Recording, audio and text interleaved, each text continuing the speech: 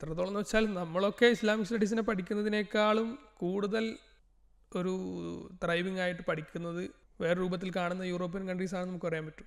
ഇപ്പം മലേഷ്യയിലൊക്കെ പോയാൽ അവിടെ പിന്നെ വളരെ വലിയ സ്കോളർഷിപ്പിൽ പഠിക്കാനുള്ള അവസരം ഇസ്ലാമിക് സ്റ്റഡീസ് ബാക്ക്ഗ്രൗണ്ടിൽ നിന്ന് പോകുന്നവർക്കുണ്ട്.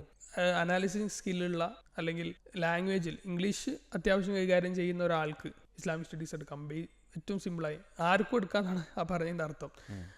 അത് പ്രത്യേകിച്ച് ഒരു ക്വാളിഫിക്കേഷൻ അതിൽ വേണ്ടതില്ല. അസ്സലാമു അലൈക്കും വറഹ്മത്തുള്ളാഹി വബറകാതുഹു. ബിസ്മില്ലാഹിൽ അൽഹംദുലില്ലാഹ് വസ്സലാത്തു വസ്സലാമു അലാ റസൂലില്ലാഹി വബഅദ്. പ്രിയപ്പെട്ട പീസ് റേഡിയോ ശ്രോതാക്കളെ, വഴികാട്ടിയുടെ മറ്റൊരു എപ്പിസോഡിലേക്ക് എല്ലാവർക്കും സ്വാഗതം. ഇസ്ലാമിക് സ്റ്റഡീസ് എന്ന പഠന മേഖലയുമായി ബന്ധപ്പെട്ട് നമുക്കുള്ള ധാരണകളെ പറ്റിയാണ് കഴിഞ്ഞൊരു എപ്പിസോഡിൽ നമ്മൾ സംസാരിച്ചത്. നമ്മുടെ കൂടെ അതിഥിയായി ഇസ്ലാമിക് സ്റ്റഡീസിൽ PG പൂർത്തിയാക്കിയ JRF നേടിയ ഹാദി അൽ ഹിക്കമിയുണ്ട്. നമ്മൾ ഇസ്ലാമിക് സ്റ്റഡീസുമായി ബന്ധപ്പെട്ട അക്കാദമിക മേഖലയെക്കുറിച്ചുള്ള സംസാരം ഇവിടെ തുടരുകയാണ്. അപ്പോൾ കഴിഞ്ഞ എപ്പിസോഡിൽ നമ്മൾ എന്താണ് പിന്നെ ഇസ്ലാമിക് സ്റ്റഡീസ് എന്നൊരു അക്കാദമിക ലോകം എന്നതാണ് കഴിഞ്ഞ എപ്പിസോഡിൽ നമ്മൾ പരിചയപ്പെട്ടത്. ഇനി ഇതിൻ്റെ പഠന ഗവേഷണ ജോലി സാധ്യതകളെക്കുറിച്ച് ഈ ഒരു എപ്പിസോഡിൽ നമ്മൾ സംസാരിക്കുകയാണ്. അപ്പോൾ ആദ്യം കേരളത്തിൽ എവിടെയൊക്കെയാണ് നമുക്ക് ഇസ്ലാമിക് സ്റ്റഡീസ് പിന്നെ ഹയർ എഡ്യൂക്കേഷന് പഠിക്കാനുള്ള ഓപ്പർച്യൂണിറ്റീസ് ഉള്ളത്, അതുപോലെ ഗവേഷണ ഓപ്പർച്യൂണിറ്റീസ് ഉള്ളത് എന്ന് നമുക്ക് സംസാരിക്കാം. പ്രധാനമായും ഇസ്ലാമിക് സ്റ്റഡീസ് എന്ന് പറയുമ്പോൾ അത് നമ്മളെപ്പോഴും കേൾക്കണമെന്നാണ്. അതൊരു മൾട്ടി ഡിസിപ്ലിനറി സബ്ജക്റ്റാണ്. പലപ്പോഴും പല വിഷയങ്ങളുമായി ബന്ധപ്പെട്ട് കിടക്കുന്ന ഒരു ഇസ്ലാമിക് സ്റ്റഡീസ് എന്നതൊരു ഇൻഡിപെൻഡൻ്റായി നിൽക്കുന്ന ഒന്നേ അല്ല. അതുകൊണ്ട് തന്നെ ഒരു ഇസ്ലാമിക് സ്റ്റഡീസ് എന്ന പേരായിരിക്കില്ല ചിലപ്പോൾ എല്ലായിടത്തും ഉണ്ടാവുക.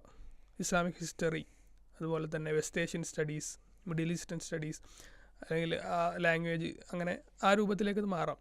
ആ രൂപത്തിൽ പ്രധാനമായും നമുക്ക് കാലിക്കറ്റ് യൂണിവേഴ്സിറ്റി, അതുപോലെ തന്നെ കണ്ണൂർ യൂണിവേഴ്സിറ്റി, അതുപോലെ university of Kerala, MG university, ഇത്തരം യൂണിവേഴ്സിറ്റികളിലൊക്കെ, പ്രധാനപ്പെട്ട യൂണിവേഴ്സിറ്റികളിലൊക്കെ നമുക്ക് ഡിഗ്രി ആയിട്ടും PG ആയിട്ടും റിസർച്ച് ആയിട്ടൊക്കെ കേരളത്തിൽ അതിൻ്റെ ഉയർന്ന പഠന സാധ്യതകളുണ്ട്. ചില സ്ഥലത്ത് ഇസ്ലാമിക് സ്റ്റഡീസ് എന്നും ചില സ്ഥലത്ത് ഇസ്ലാമിക് ഹിസ്റ്ററി എന്നുമാണ് പറയുന്നത്. പക്ഷേ പൊതുവെ വലിയ വ്യത്യാസങ്ങൾ ഇവ തമ്മിലില്ല. അപ്പം ഈ ഫീൽഡിൽ പഠിക്കാനും ഗവേഷണത്തിനും താല്പര്യമുണ്ടെങ്കിൽ കേരളത്തിലെ പ്രഗത്ഭമായ പിന്നെ ഹ്യൂമാനിറ്റീസ് ഉൾക്കൊള്ളുന്ന എല്ലാ യൂണിവേഴ്സിറ്റീസിലും നമുക്കതിൻ്റെ സാധ്യതകളുണ്ട് എന്ന് നമുക്ക് പറയാം. അതിൻ്റെ ഉയർന്ന പഠന സാധ്യതയാണ്. അതുപോലെ തന്നെ നമ്മൾ പ്ലസ് ടുവിൽ നമ്മളൊരു ഇസ്ലാമിക് ഹിസ്റ്ററി സ്ട്രീം പലപ്പോഴും കുട്ടികൾ എടുക്കുന്നത് നമുക്ക് കാണാം. അതെ, ഹ്യൂമാനിറ്റീസിൻ്റെ ഒരു കോമ്പിനേഷനിൽ ഇസ്ലാമിക് ഹിസ്റ്ററി എന്നൊരു സബ്ജക്റ്റ് പ്രത്യേകം വരുന്നുണ്ട്. അതെ, അവിടെ നിന്ന് തന്നെ നമുക്കത് സ്റ്റാർട്ട് ചെയ്യാനുള്ളൊരു ഓപ്പർച്യൂണിറ്റി ഉണ്ട്. അതുപോലെ കേരളത്തിലെ ജോലി സാധ്യതകളെക്കുറിച്ച് പറയുമ്പോൾ ഇപ്പോൾ ഗവൺമെൻറ് ഇതര ജോലികളുണ്ടാവും. അപ്പോൾ അതിൽ കേരളത്തിൽ ഇത് പഠിച്ചാൽ നമുക്ക് എന്തൊക്കെ ജോലികൾക്കാണ് സാധ്യത? പ്രധാനമായും നമുക്കൊരു ടീച്ചിങ് മേഖല എന്നുള്ളത് അതിൻ്റെ ഒരു നല്ലൊരു ഓപ്ഷനാണ്. ഇപ്പോൾ ഗവൺമെൻറ് ആയാലും ഒരു ഹയർ സെക്കൻഡറി ടീച്ചർ, ഇപ്പോൾ ഇസ്ലാമിക് ഹിസ്റ്ററി ആ ഒരു വിഷയത്തിലുള്ളൊരു PG, അതോടൊപ്പം B.Ed ഒക്കെ ഉണ്ടെങ്കിൽ അതിൻ്റെ നെറ്റും അല്ലെങ്കിൽ സെറ്റൊക്കെ ഉണ്ടെങ്കിൽ ഒരു സോഷ്യൽ സയൻസിലെ B.Ed ആണ് അത് വരിക സ്വാഭാവികമായും. അപ്പം ഇസ്ലാമിക് ഹിസ്റ്ററിയിൽ PG, സോഷ്യൽ സയൻസിൽ B.Ed, പിന്നെ നെറ്റ് ഉണ്ടെങ്കിൽ പിന്നെ അടിയിലേക്കുള്ളൊന്നും വേണ്ടതില്ല. അപ്പം ഈ യോഗ്യത ഉണ്ടെങ്കിൽ നമുക്ക് ഹയർ സെക്കൻഡറി അധ്യാപകനാകാൻ ഗവൺമെൻറ്റിലും അല്ലാതെ എയ്ഡഡിലും അല്ലേ, രണ്ടിലും ഓപ്ഷൻസ് ഉണ്ട്. പലപ്പോഴും നമ്മുടെ സാർമാരൊക്കെ അതിലേക്ക് പോകുന്നു എന്ന് വെച്ചിട്ട് ഓപ്പർച്യൂണിറ്റീസ് ഇങ്ങോട്ട് വരാറുണ്ട്. പലപ്പോഴും അതിന് ആളുകളെ കിട്ടാറില്ല എന്നത് അതിൻ്റെ ഒരു ഓപ്പർച്യൂണിറ്റി കാണിക്കുന്നുണ്ട്. പോസ്റ്റ് പോകുന്ന പ്രശ്നങ്ങൾ പലപ്പോഴും ഉണ്ടാകാറുണ്ട്. അത് ഹയർ സെക്കൻഡറി അധ്യാപനവുമായി ബന്ധപ്പെട്ടാണ്. ഇനി കോളേജിലുണ്ട്.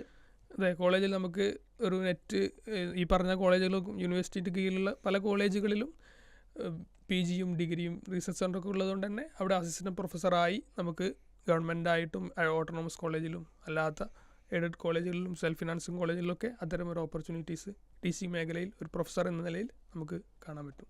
അധ്യാപനമല്ലാതെ നമുക്ക് സജസ്റ്റ് ചെയ്യാൻ ജോലി സാധ്യതകൾ ഉണ്ടാവും. ഇതിൽ പ്രധാനമായും ഒരു അധ്യാപനം തന്നെയാണ് ജോലി എന്ന് നമുക്ക് പറയാം. അത് കഴിഞ്ഞാൽ വളരെ കുറഞ്ഞ സാധ്യതകളല്ലാതെയും ഉണ്ട്. നമുക്കൊരു ഇസ്ലാമിക് സ്റ്റഡീസ് എന്ന് പറഞ്ഞാൽ ആ ഒരു വിഷയത്തെക്കുറിച്ചുള്ളൊരു ധാരണ ഉണ്ടെങ്കിൽ നമ്മുടെ ഒരു അഭിരുചിക്കനുസരിച്ച് നമുക്ക് പല മേഖലകളിലേക്കും പോകാൻ പറ്റും. ഒരു ടൂറിസ്റ്റ് മേഖലയിൽ ഒരാൾക്ക് താല്പര്യമുണ്ടെങ്കിൽ ഒരു മ്യൂസിയം അല്ലെങ്കിൽ ഒരു ടൂറിസ്റ്റ് ഗൈഡായിട്ടും ഒരു ആർക്കൈവ്സുമായി ബന്ധപ്പെട്ട വിഷയങ്ങളൊക്കെ ഇപ്പോൾ പലപ്പോഴും കേരളത്തിൻ്റെ ഹെറിറ്റേജ് സ്റ്റഡീസ് അല്ലെങ്കിൽ മുസ്ലിം related, Islamic history related heritage study വളരെ വലിയ സ്കോപ്പുള്ള വിഷയങ്ങളാണ്. അപ്പോൾ അവിടെ കൂടുതലായ അറിവുള്ള ആളുകളൊന്നും പലപ്പോഴായി ഇല്ല. അപ്പോൾ ആ മേഖലയിൽ കൂടുതലായി മുന്നേറുന്ന ഒരാളെ സംബന്ധിച്ചിടത്തോളം ഈ മേഖലയിലൊക്കെ പല സ്കോപ്പുകൾ അയാൾക്കുണ്ട്. അതുപോലെ ഒരു കണ്ടൻറ് ക്രിയേറ്റർ ആയിട്ടോ ആ രൂപത്തിലൊക്കെ മുന്നേറാൻ പറ്റും. പുതിയ കാലത്ത് പ്രത്യേകിച്ചും ഇസ്ലാമുമായി ബന്ധപ്പെട്ട് വരുന്ന ഒരു സെക്കുലർ ലോകത്തെ ചർച്ചകൾ ഇപ്പോൾ കഴിഞ്ഞ വർഷങ്ങളായിട്ട് വളരെ കൂടുതലാണ്. അപ്പോൾ അവിടെയൊക്കെ നമുക്കൊരു നമ്മുടേതായ സ്പേസ് കണ്ടെത്താൻ പറ്റുമെങ്കിൽ അവിടെയൊക്കെ നമുക്ക് സാധ്യതകളുണ്ട് എന്ന് പറയാം. അതുപോലെ കേരളത്തിന് പുറത്ത് ഇപ്പോൾ ഇന്ത്യയിൽ ഉള്ളിൽ കേരളത്തിന് പുറത്തുള്ള പഠന ഗവേഷണ സാധ്യതകൾ എന്തൊക്കെയുണ്ട്? നമ്മൾ നേരത്തെ പറഞ്ഞതുപോലെ തന്നെ ഇന്ത്യയിലെ പ്രധാനപ്പെട്ട യൂണിവേഴ്സിറ്റികളൊക്കെ ഈ ഒരു വിഷയം കൈകാര്യം ചെയ്യുന്നുണ്ട്. ഇപ്പോൾ ജാമിയ മില്ലിയ ഇസ്ലാമിയ ആയിക്കോട്ടെ, അലിഗഡ് മുസ്ലിം യൂണിവേഴ്സിറ്റി ആയിക്കോട്ടെ, അതുപോലെ ഹൈദരാബാദ് മാനു യൂണിവേഴ്സിറ്റി ആയിക്കോട്ടെ, അതുപോലെ അവരൊക്കെ ഡയറക്റ്റ്ലി തന്നെ ഇസ്ലാമിക് സ്റ്റഡീസ് അല്ലെങ്കിൽ Islamic history, west Asian studies എന്നുള്ള പേരിൽ കൈകാര്യം ചെയ്യുന്നു. അതോടൊപ്പം ഡൽഹി യൂണിവേഴ്സിറ്റി, JNU ഒക്കെ ഡയറക്റ്റ്ലി ഇസ്ലാമിക് സ്റ്റഡീസ് എന്ന പേരിൽ അല്ലെങ്കിലും ഒരു വെസ്റ്റ് ഏഷ്യൻ സ്റ്റഡീസ് അല്ലെങ്കിൽ ഒരു department of Arabic, department of history, Persian language, ആ ഒരു രൂപത്തിൽ ഇതുമായി ബന്ധപ്പെട്ട വിഷയങ്ങൾ കൈകാര്യം ചെയ്യുന്നുണ്ട്. അതൊക്കെ ഇതിൻ്റെ ഒരു ഭാഗമായിട്ട് നമുക്ക് പരിഗണിക്കാൻ പറ്റുന്നത്. അപ്പോൾ അത്തരം മേഖലകളിലൊക്കെ ഇതിൻ്റെ സാധ്യതകൾ ഇന്ത്യയിലുണ്ട്. അതോടൊപ്പം തന്നെ ഒരു ഇസ്ലാമിക് സ്റ്റഡീസിനെ സംബന്ധിച്ചിടത്തോളം അതൊരു റിസർച്ച് കൾച്ചർ നന്നായുള്ളൊരു വിഷയമാണ്. അപ്പോൾ ആ ഒരു റിസർച്ച് അനാലിസ്റ്റ് ആയിട്ടും പ്രധാനപ്പെട്ട ഗവൺമെൻറ്റിൻ്റെ ആയിക്കോട്ടെ അല്ലെങ്കിൽ പ്രൈവറ്റ് ഓർഗനൈസേഷൻസിൻ്റെ തിങ്ക് ടാങ്കുകളായിട്ട്, അതുപോലെ പോളിസി മേക്കേഴ്സായിട്ടൊക്കെ ഈ വിഷയത്തിൽ കൈകാര്യം ചെയ്യുന്ന ആളുകൾക്ക് പലപ്പോഴും മുന്നേറാൻ പറ്റും.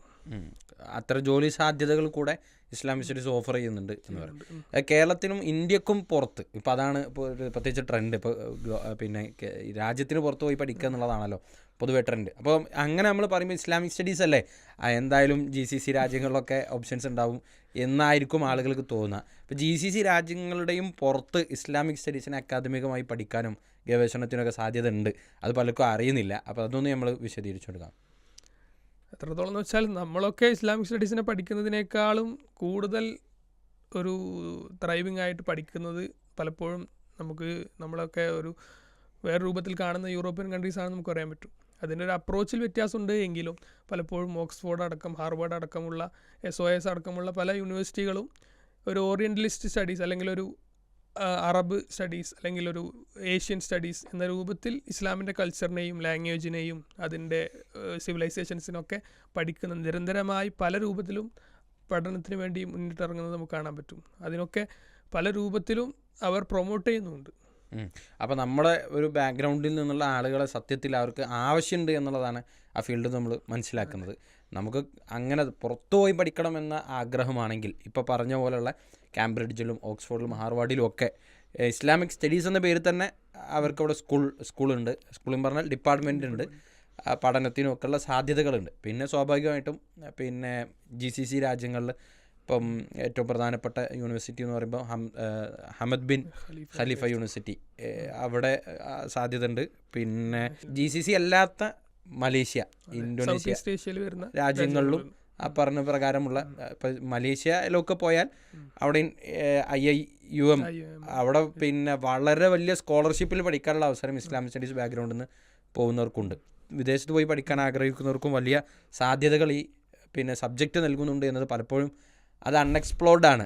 അപ്പോൾ അവിടെയൊക്കെ പോയി ഈ സൗത്ത് ഈസ്റ്റ് ഏഷ്യ എന്ന് പറയുന്നത് തന്നെ അതിൻ്റെ ഒരു ഇസ്ലാമിക് സ്റ്റഡീസിൻ്റെ ഒരു ഹബ്ബായി നമുക്ക് കാണാൻ പറ്റുന്നതാണ്.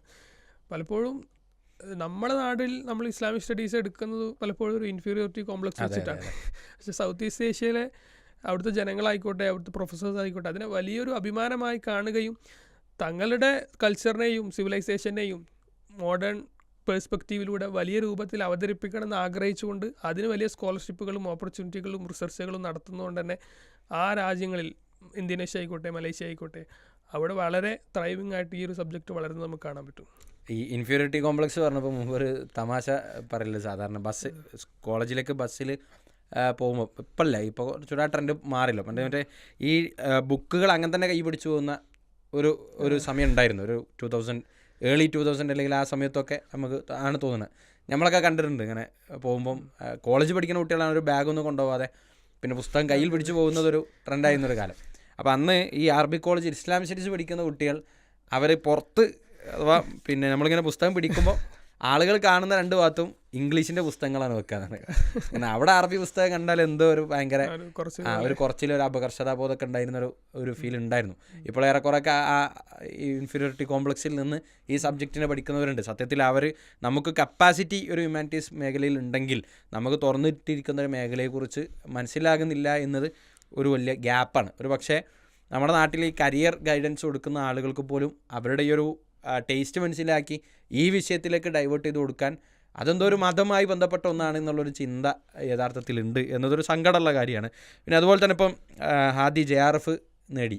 അപ്പോൾ JRF നമ്മൾ തുടക്കം മുതൽ പറയുന്നുണ്ട്. JRF എന്താണ് എന്ന് ഈ കേൾക്കുന്ന പീസ് റേഡിയോ ശ്രോതാക്കളിലെ പ്രേക്ഷകരിലെ എല്ലാവർക്കും മനസ്സിലായിക്കൊള്ളണമെന്നില്ല.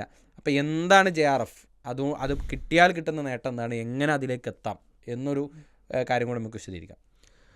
JRFനെ പറയുന്നത് നമ്മൾ PG പഠിക്കുന്ന ഒരു വിദ്യാർത്ഥിയെ സംബന്ധിച്ചിടത്തോളം അവിടെ ഒരു മത്സര പരീക്ഷ അവിടെ വരുന്നുണ്ട്. അതാണ് ഈ നെറ്റ്, നാഷണൽ എലിജിബിലിറ്റി ടെസ്റ്റ് എന്ന് പറയുന്ന PG ക്വാളിഫിക്കേഷൻ കോഡ് കൊണ്ട് എഴുതേണ്ട ഒരു എക്സാമാണ്. അപ്പോൾ അതിൻ്റെ ഒരു സാധ്യത വെച്ചാൽ അത് പാസ്സായ ഒരാളെ സംബന്ധിച്ചിടത്തോളം റിസർച്ച് മേഖലയിലേക്കും അസിസ്റ്റൻറ്റ് പ്രൊഫസർ മേഖലയിലൊക്കെ പോകാനുള്ളൊരു ക്വാളിഫിക്കേഷൻ കൂടിയാണത്. അപ്പോൾ പലപ്പോഴും PG പഠിക്കുന്ന വിദ്യാർത്ഥികൾ പഠിച്ചുകൊണ്ടിരിക്കുന്ന സമയത്തും പഠിച്ചു കഴിഞ്ഞതിന് ശേഷമൊക്കെ ഇത് പലപ്പോഴും എഴുതാറുണ്ട്. ഈ നെറ്റ് എക്സാമിൽ തന്നെ നെറ്റിൻ്റെ കട്ട് ഓഫിനേക്കാൾ ഒന്നും കൂടി ഉയർന്ന രൂപത്തിൽ, ഏറ്റവും പറയുകയാണെങ്കിൽ പൊതുവേ ഒരു ടോട്ടൽ എക്സാം എഴുതിയ ആളുകളിൽ ഒരു 1% അല്ലെങ്കിൽ ഒരു 0.7% ആളുകൾക്ക്, ഏറ്റവും ടോപ്പിലുള്ള ആളുകൾക്ക് ഒരു കട്ട് ഓഫ് വെച്ചിട്ട് അവർക്ക് കൊടുക്കുന്ന അല്ലെങ്കിൽ അവർ കടന്ന് കയറുന്നൊരു ഇതാണ് JRF. അതിൻ്റെ ഒരു ഫുൾ ഫോം പറയുകയാണെങ്കിൽ ജൂനിയർ റിസർച്ച് ഫെലോഷിപ്പ് എന്ന് പറഞ്ഞാൽ ഒരു ക്വാളിഫിക്കേഷൻ ആയി എന്നാണ്. അപ്പോൾ അത് കിട്ടിയ ഒരാളെ സംബന്ധിച്ചിടത്തോളം റിസർച്ച് മേഖലയിലേക്ക് പോകുമ്പോൾ ഈ എക്സാം പാസ്സായി ഒരു 3 വർഷത്തിനുള്ളിൽ അയാൾ ഒരു റിസർച്ച് സെൻറ്ററിൽ അഡ്മിഷൻ എടുക്കുകയാണ്. അപ്പോൾ ഒരു ഫുൾ ടൈം PhD അയാൾ ജോയിൻ ചെയ്യുകയാണെങ്കിൽ അദ്ദേഹത്തിന് മന്ത്ലി ഏകദേശം 40,000+ rupees ഫെലോഷിപ്പായി ഗവൺമെൻറ് കൊടുക്കുന്നുള്ളത്, UGC കൊടുക്കും എന്നതാണ് അതിൻ്റെ ഒരു പ്രത്യേകത. അതായത് നല്ല ബ്രൈറ്റായിട്ടുള്ള സ്റ്റുഡൻസ് ഈ റിസർച്ച് മേഖലയിലേക്ക് വരാനും മറ്റൊരു ഒന്നുമില്ലാതെ നല്ല ഗവേഷണങ്ങളെ പുറത്തേക്ക് കൊണ്ടുവരാനുള്ള ഗവൺമെൻറ്റിൻ്റെ ഒരു സ്കോളർഷിപ്പ് പദ്ധതിയാണ് JRF. അപ്പം ഇപ്പം 40 അല്ല തോന്നുന്നുണ്ട്. നമുക്കതിൻ്റെ പേരോള് വരുമ്പോഴത്തേക്കും ഈ ആദ്യത്തെ 2.5 കൊല്ലത്തിൽ തന്നെ നമ്മൾ ചൂസ് ചെയ്യുന്ന യൂണിവേഴ്സിറ്റിക്ക് മറ്റൊക്കെ അനുസരിച്ച് ചിലപ്പോൾ സിറ്റി, അത് പ്രധാനപ്പെട്ട സിറ്റിയിലൊക്കെ ആണെങ്കിൽ അവിടെ താമസ റെന്റിന് അലവൻസ് വലിയ തുക വരും. അപ്പം ഏകദേശം 1.5 ലക്ഷം രൂപയുടെ അടുത്തൊക്കെ വാങ്ങുന്ന JRF സ്കോളേഴ്സും ഉണ്ടാകും. അപ്പം നമ്മൾ പഠിക്കുമ്പോൾ തന്നെ, സ്റ്റുഡൻ്റായി പഠിക്കുമ്പോൾ തന്നെ മാസത്തിൽ ഒരു 1.5 ലക്ഷം രൂപയോളം തുടക്കത്തിൽ, പിന്നെ ഒരു 2-2.5 വർഷം കഴിഞ്ഞാൽ പിന്നെ അത് SRF ആയി പിന്നെ അപ്ഗ്രേഡ് ചെയ്യപ്പെടും. അപ്പോൾ തുകയും വർദ്ധിക്കും. ഏതായാലും അങ്ങനെ ഒരു വലിയ ഭാഗ്യമല്ല സത്യത്തിൽ, ആ ഒരു അക്കാദമിക് എക്സലൻസ് പ്രകടിപ്പിക്കാൻ സാധിച്ച വ്യക്തിയാണ് ഹാദി. അത് പിന്നെ കുടുംബത്തിനും സമൂഹത്തിനൊക്കെ ഉപകാരപ്പെടട്ടെ എന്നിവിടെ പ്രാർത്ഥിക്കാം. പിന്നെ അതിലേക്ക് എത്താൻ അതൊരു വലിയ ബാലികറ മലയാണോ എന്നിപ്പോൾ കേൾക്കുന്നവരിൽ പിന്നെ അതിലേക്കൊക്കെ ഡയറക്റ്റ് ചെയ്ത് പോകാൻ ആഗ്രഹിക്കുന്നവർക്ക് ഏത് തരത്തിലാണ് നമ്മൾ പ്രിപ്പയർ ചെയ്യേണ്ടത് എന്നോടൊന്ന് ജസ്റ്റ് പറഞ്ഞു പോകാം. ഇത് സംബന്ധിച്ചിടത്തോളം എന്ന് പറഞ്ഞാൽ ഞാൻ നേരത്തെ സൂചിപ്പിച്ചല്ലോ, എക്സാം എഴുതുന്ന ആളുകളുടെ ഒരു പ്രൊപ്പോർഷനാണ് ഇതിൽ JRF കിട്ടുന്ന ആളുകളും നെറ്റ് കിട്ടുന്ന ആളുകളൊക്കെ പരിഗണിക്കുക.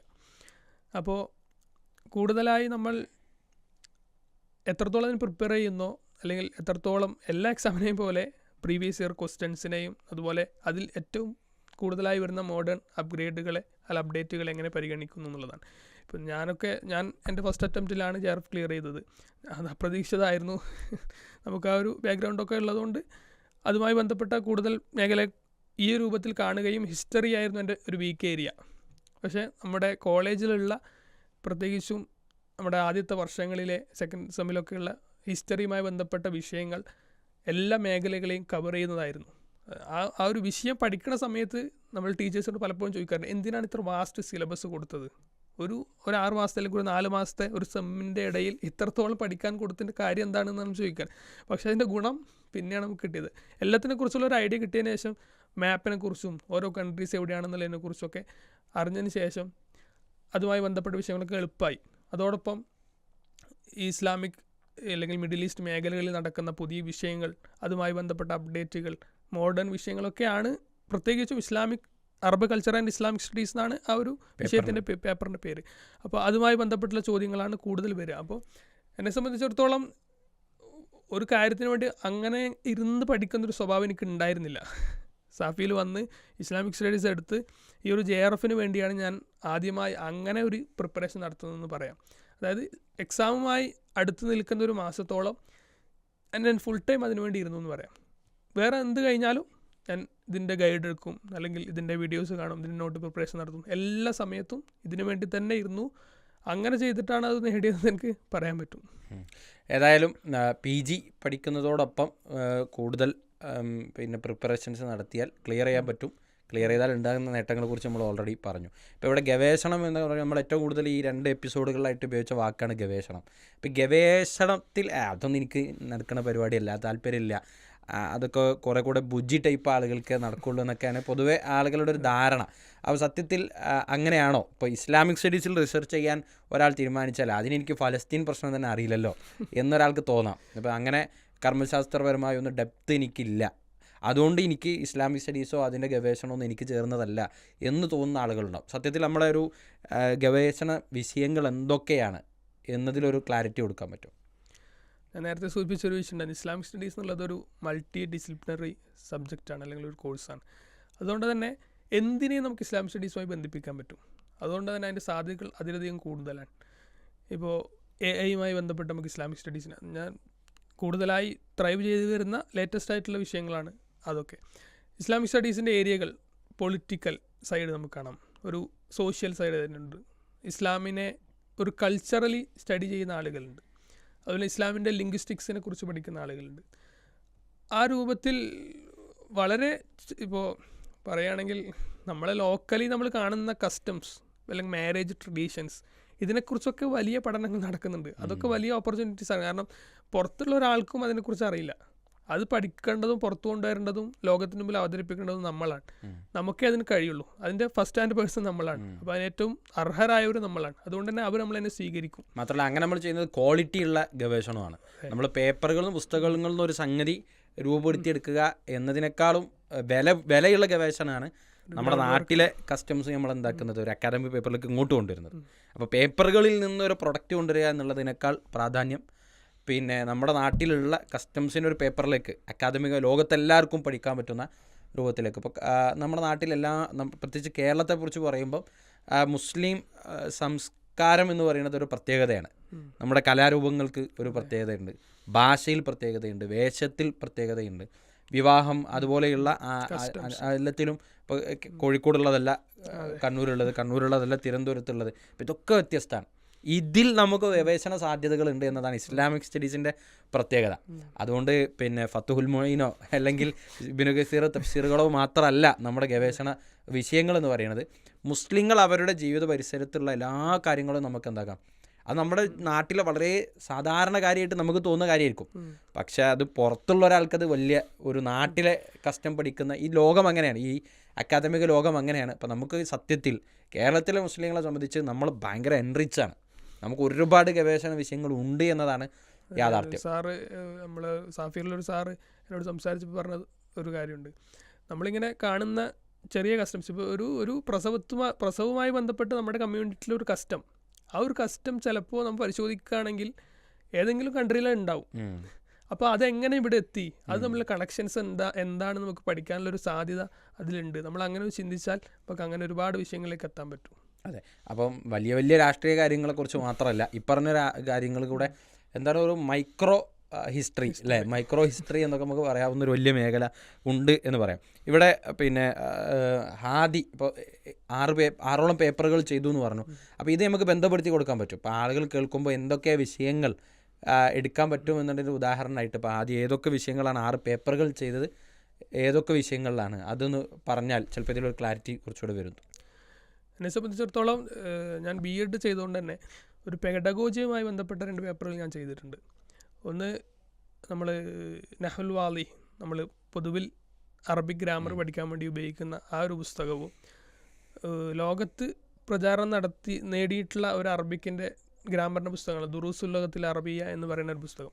ഇത് രണ്ടും നഹ്വ് പഠിപ്പിക്കുന്നതാണ്, പക്ഷേ രണ്ടിൻ്റെ അപ്രോച്ച് വ്യത്യാസമുണ്ട്.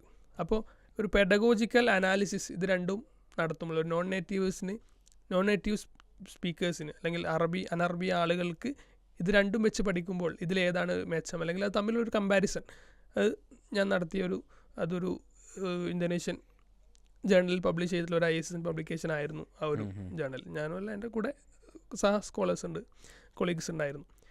അതുപോലെ തന്നെ കേരള SCERT ടെക്സ്റ്റ് ബുക്കുകൾ, അറബിക്കിൻ്റെ ടെക്സ്റ്റ് ബുക്കുകൾ, ആ അറബിക് ടെക്സ്റ്റ് ബുക്കും ഈ ദുറൂസുൽ അറബിയും. അപ്പോൾ എന്താണ് നമ്മുടെ പലപ്പോഴും നമ്മൾ അറബി മേഖലയിൽ പ്രവർത്തിക്കുന്ന ആളുകൾക്കറിയാം, സ്റ്റുഡൻസിന് അറബി സംസാരിക്കാൻ പറ്റാറില്ല, അല്ലെങ്കിൽ ആ മേഖലയിലേക്ക് മുന്നോട്ട് വരാൻ പറ്റുന്നില്ല. അവർക്ക് കുറേ വാക്കുകളുടെ അർത്ഥം അറിയാം, ഒരു കംപ്ലീറ്റ് സെൻറ്റൻസ് തെറ്റാതെ ഉണ്ടാക്കാൻ അവർക്ക് കഴിയില്ല.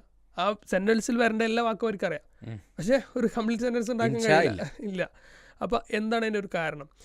ആ ഒരു കാരണം വരുന്നത് ഈ ഒരു ടെക്സ്റ്റ് ബുക്ക് അതിൻ്റെ ഒരു ഘടകമാണ്. അപ്പോൾ ആ ഒരു വിഷയത്തിൽ ഒരു റിസർച്ച് ചെയ്തിട്ടുണ്ടായിരുന്നു. പിന്നെ അലിഗഡ് യൂണിവേഴ്സിറ്റീൻ്റെ ഒരു നാഷണൽ സെമിനാറിൽ ഒരു മഖാസിദ് ശരിയയുമായി ബന്ധപ്പെട്ട് ഒരു പീസ് ബിൽഡിംഗ്, ഒരു ഹാർമണി ക്രിയേഷനുമായി ബന്ധപ്പെട്ടിട്ടുള്ള ഒരു വിഷയം, ഒരു കോൺഫ്ലിക്റ്റ് പ്രിവെൻഷൻ, ഒരു ഇസ്ലാമിൻ്റെ ഒരു ഐഡിയോളജിയാണുള്ളത്. അതായത് ഒരു പ്രശ്നത്തിലേക്ക് എത്തിയിട്ട് അത് പരിഹരിക്കുന്നതിന് മുമ്പ് അത് പ്രിവെൻറ്റ് ചെയ്യുക, എത്താതിരിക്കാൻ വേണ്ടിയിട്ടുള്ള ഒരു പ്രിവെൻഷൻ എങ്ങനെയാണ്, അതെ, അതെങ്ങനെയാണ് ഒരു പീസിനും ഹ്യൂമാനിറ്റിക്കും ഒക്കെ സഹായിക്കുന്നത് എന്നുള്ളൊരു വിഷയം ചെയ്തിട്ടുണ്ടായിരുന്നു. പിന്നെ അതാണിപ്പോൾ പ്രധാനമായും ഓർമ്മ വരുന്നത്. ഇപ്പം നമ്മൾ ഇടപെട്ടുകൊണ്ടിരിക്കുന്ന മേഖലകളെ കുറിച്ച് ചിന്തിച്ചാൽ തന്നെ വലിയ വിശാലമായ സാധ്യതകൾ ഇസ്ലാമിക് സ്റ്റഡീസിൽ ഗവേഷണത്തിലുണ്ട് എന്ന് നമുക്ക് മനസ്സിലാക്കാം. ഇനി അവസാനമായിട്ട് ഇത് കേൾക്കുന്ന രക്ഷിതാക്കൾ, അതുപോലെ തന്നെ വിദ്യാർത്ഥികൾ, അവർക്കൊക്കെ ഇപ്പോൾ ഇസ്ലാമിക് സ്റ്റഡീസിലേക്ക് വരണമെങ്കിൽ അവരുടെ ബാക്ക്ഗ്രൗണ്ട് എന്തായിരിക്കണം എന്നൊരു സിമ്പിളായിട്ട് ചോദിച്ചാൽ, ഇത് കേൾക്കുന്ന ആളുകൾക്ക് വരാനോ അല്ലെങ്കിൽ അവർക്ക് പഠിക്കാനോ ഒക്കെ താല്പര്യം ഉണ്ടെങ്കിൽ ഏത് തരം ബാക്ക്ഗ്രൗണ്ടിലുള്ള കുട്ടികളാണ് ഇസ്ലാമിക് സ്റ്റഡീസ് ചൂസ് ചെയ്യേണ്ടത്? ഇപ്പോൾ നമ്മൾ നേരത്തെ പറഞ്ഞു അറബി ആവശ്യമില്ല എന്ന് പറഞ്ഞു. ഓക്കെ, അപ്പോൾ എന്ത് ബാക്ക്ഗ്രൗണ്ടിലുള്ള ആളുകൾക്ക് ഇത് ചൂസ് ചെയ്യാം? ഐഡിയലി വളരെ സിമ്പിളായി ഒരു അനാലിസിങ് സ്കില്ലുള്ള, അല്ലെങ്കിൽ ലാംഗ്വേജിൽ ഇംഗ്ലീഷ് അത്യാവശ്യം കൈകാര്യം ചെയ്യുന്ന ഒരാൾക്ക് ഇസ്ലാമിക് സ്റ്റഡീസ് എടുക്കാം. ഏറ്റവും സിമ്പിളായി ആർക്കും എടുക്കാമെന്നാണ് ആ പറഞ്ഞതിൻ്റെ അർത്ഥം. അത് പ്രത്യേകിച്ചൊരു ക്വാളിഫിക്കേഷൻ അതിൽ വേണ്ടതില്ല. വളരെ ബേസിക്കായ കാര്യങ്ങളിൽ നിന്ന് പഠിച്ച് മുന്നേറിയാൽ തന്നെ നമുക്ക് പെട്ടെന്ന് റിലേറ്റ് ചെയ്യാൻ പറ്റും. കാരണം ഈ വിഷയങ്ങളൊക്കെ നമ്മൾ സ്ഥിരമായി കേൾക്കുന്നതും അറിയുന്നതും കാണുന്നതും ഒക്കെയാണ്. പക്ഷെ അതിനെ ഒരു പ്രത്യേകമായൊരു അക്കാഡമിക് ചട്ടക്കൂടിലൂടെ അവതരിപ്പിക്കുക എന്നുള്ളത് മാത്രമാണ് പ്രത്യേകിച്ചും ഇതിലൂടെ ചെയ്യുന്നത്. പിന്നെ അതിൻ്റെ കൂടുതൽ മേഖലയിലേക്ക് കൂടുതൽ വായനയിലൂടെ ആളുകൾക്ക് എത്താൻ സാധിക്കും. അപ്പോൾ അതൊരു ദൂരത്തുള്ള ഏതെങ്കിലും ആളുകൾക്കുള്ളതാണെന്നോ അല്ലെങ്കിൽ എന്തെങ്കിലുമൊക്കെ ഒരു അപകർഷത ബോധത്തോടെ ഒന്നും കാണേണ്ട ഒന്നല്ല. പ്രത്യേകിച്ച് പറയുകയാണെങ്കിൽ ഇപ്പോൾ നമ്മുടെ കോളേജിൽ തന്നെ നടത്തിയൊരു സ്റ്റഡി, എന്താണ് സ്കോപ്പുള്ള സബ്ജക്റ്റുകൾ നമ്മുടെ കോളേജ് എന്ന് പറഞ്ഞാൽ പ്രധാനമായുള്ള മൈക്രോബയോളജിയും ബയോടെക്നോളജിയും മോഡേൺ കോഴ്സുകൾ ആദ്യഘട്ടത്തിൽ കൊണ്ടുവന്ന സ്ഥാപനമാണ് സാഫി. അപ്പോൾ അത്തരം കോഴ്സുകൾക്കിടയിൽ ഏറ്റവും നല്ല ത്രൈവിംഗ് ആയ കോഴ്സ് ഏതാണെന്ന് പുറത്തുള്ളൊരു ഏജൻസിയെ വെച്ച് റിസർച്ച് നടത്തിയ റിസൾട്ടിൽ പ്രകാരം പോലും ആദ്യത്തെ 3 വരുന്നത് ഇസ്ലാമിക് സ്റ്റഡീസാണ്. അപ്പോൾ അതിൻ്റെ ഒരു സാധ്യത അത്രത്തോളം നമുക്ക് ഡയറക്റ്റ്ലി ഒരു ഇസ്ലാമിക് സ്റ്റഡീസ് എന്ന് പറഞ്ഞിട്ട് ഇങ്ങനെ കാണാൻ സാധിക്കൂലെങ്കിലും പലപ്പോഴും പലതിനായിട്ട് കണക്ട് ചെയ്തിട്ടും പല മേഖലയിലും അതുമായി വെച്ച് മുന്നോട്ട് പോകാൻ പറ്റും. അപ്പോൾ ആ ഒരു താല്പര്യം ഉള്ള, ഒരു ആപ്റ്റിറ്റ്യൂഡുള്ള ആളുകൾക്കൊക്കെ ആ വിഷയത്തിലേക്ക് കടന്നു വരാമെന്നുള്ളതാണ്. ഏതായാലും ഇസ്ലാമിക് സ്റ്റഡീസുമായി ബന്ധപ്പെട്ട അതിൻ്റെ വിശാലമായ മേഖലകളെക്കുറിച്ച്, അക്കാദമിക സാധ്യതകളെക്കുറിച്ചൊക്കെയാണ് വഴികാട്ടിയിലെ ഈ എപ്പിസോഡിലും നമ്മൾ സംസാരിച്ചത്. തൽപരരായ ആളുകൾക്ക് കൂടുതൽ അതുമായി ബന്ധപ്പെട്ട് പഠിച്ച് ഇതിൽ മേഖലകളിൽ നിങ്ങൾക്ക് സേവനം അനുഷ്ഠിക്കാൻ അല്ലെങ്കിൽ നിങ്ങൾക്ക് എന്തെങ്കിലും കോൺട്രിബ്യൂട്ട് ചെയ്യാൻ പറ്റുമെങ്കിൽ ഇത് വലിയ സാധ്യതകൾ നിങ്ങളുടെ മുന്നിൽ തുറക്കുന്നുണ്ട് എന്നാണ് 2 എപ്പിസോഡുകളിലായി നമ്മൾ മനസ്സിലാക്കിയത്. ഏതായാലും പീസ് റേഡിയോയുടെ കൂടെ സമയം ചെലവഴിച്ചതിന് ഹാദിക്ക് നന്ദി അറിയിക്കുകയാണ്, സന്തോഷം രേഖപ്പെടുത്തുകയാണ്. ശ്രോതാക്കൾക്കും നന്ദി അറിയിക്കുകയാണ്. ഇനി മറ്റൊരു വിഷയവുമായി വഴികാട്ടിയിൽ നമുക്ക് വീണ്ടും കാണാം. അസ്സലാമു അലൈക്കും വറഹ്മത്തുള്ളാഹി വബറകാതുഹു.